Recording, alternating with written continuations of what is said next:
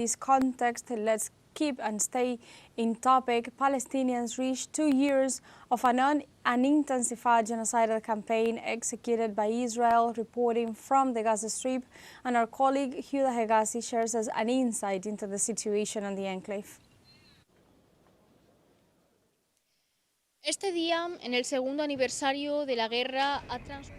During the second anniversary of the war, it's been like the last 2 years, with bombings from Israel, with deaths of people, children, women, old people from Gaza, with hunger and with a blockade that until this moment hasn't been dropped. Today, according to Palestinian medical sources, over 20 people have lost their lives, more than half of them in the northern area, specifically in the city of Gaza. Today, the attacks have been focused on the east area of the city, especially the area of Al-Sawa and the zone of Al-Tahua, where the attacks either from air with Israeli missiles or even from land through the tanks of the army of the occupation, who are launching projectiles or of artillery and haven't stopped at any time.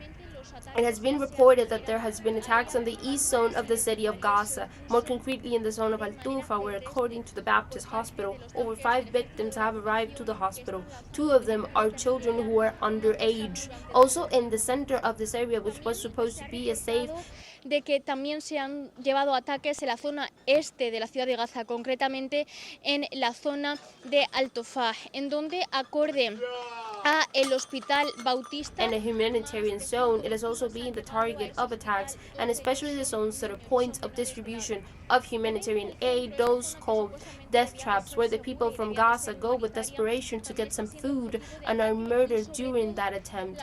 Also, it has been reported that today approximately 2 cases have died inside the zone of Gaza due to starvation, one of them in the northern area and the other one in the south area, more concretely the zone of Khan Yunis.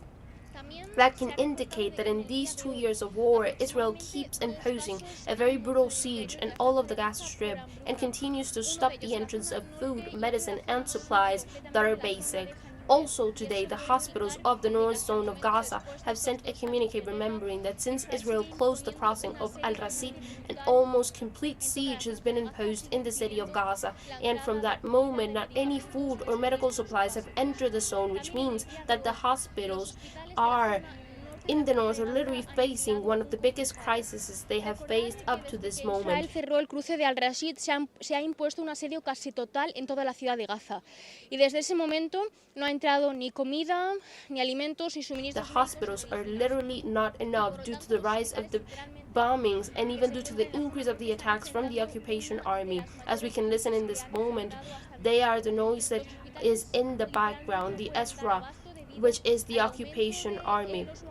The hospitals are also asking for the entrance of supplies and medicines and fuel, because if it doesn't come in, they could be talking about hospitals shutting down in any time. So this is the panorama. On the other side, speaking of that, up to this moment, the negotiations in Egypt in the zone of Sharm al-Sheikh continue. In accordance to sources, they are waiting for the arrival of the special envoy Steve Witkoff in the next few days to see if there will be a real moving forward. Las negociaciones en Egipto, en la zona de Sharm al-Sheikh, en donde, acorde a fuentes egipcias, se prevé la llegada del enviado especial de Steve Witkoff en estos días. Si hay In this moment, the delegation of Israel and the delegations of Hamas are both there. Also, the Egyptian mediators and the mediators from Qatar and the mediators from the United States are also in the area.